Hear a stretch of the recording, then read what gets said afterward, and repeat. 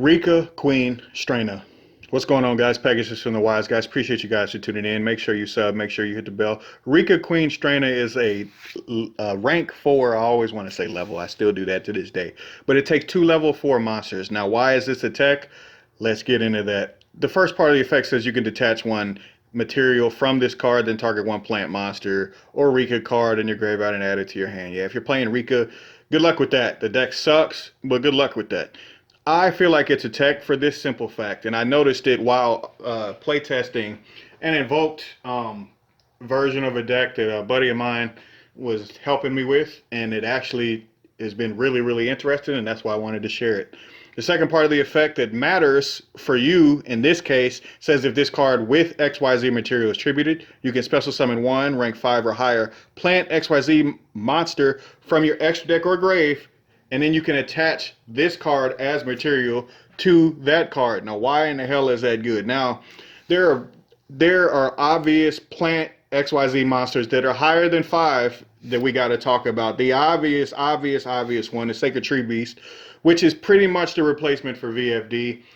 And it's probably going to be the option that you're going to choose to go along with this card. There are a few others which we'll talk about, but Sacred Tree Beast being able to pretty much in and of itself negate whatever the hell your opponent has if you have the correct material. So let's say on your own turn you activate Phantom Knights of Shade Brigandine. I'm just using a card like that in general. And then on your opponent's turn they try to activate an imperm to target something or stop something with an imperm. You can negate with the Sacred Tree Beast. That's pretty much how that card works.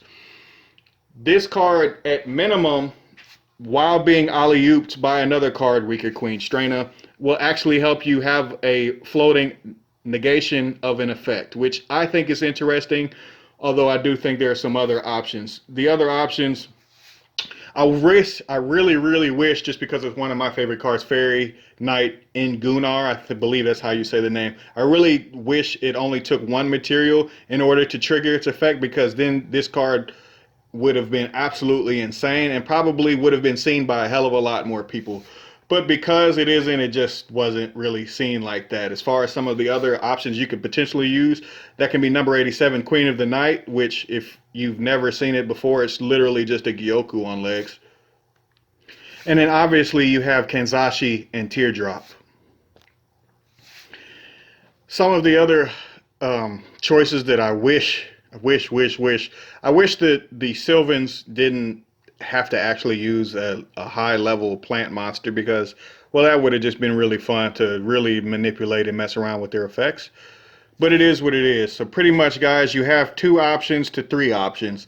And I really feel like the obvious option of Sacred Tree Beast is going to be your best option. And this is just an option that you can try inside of your deck if you can make 2 level 4s and the deck happens to tribute. It's very interesting. It's almost like there's a deck that just came out that's tributing and can make this card and then tribute it and then do some things like end on Sacred Tree Beast. Anyways, guys, I'm out. YG, baby. I'm out of here.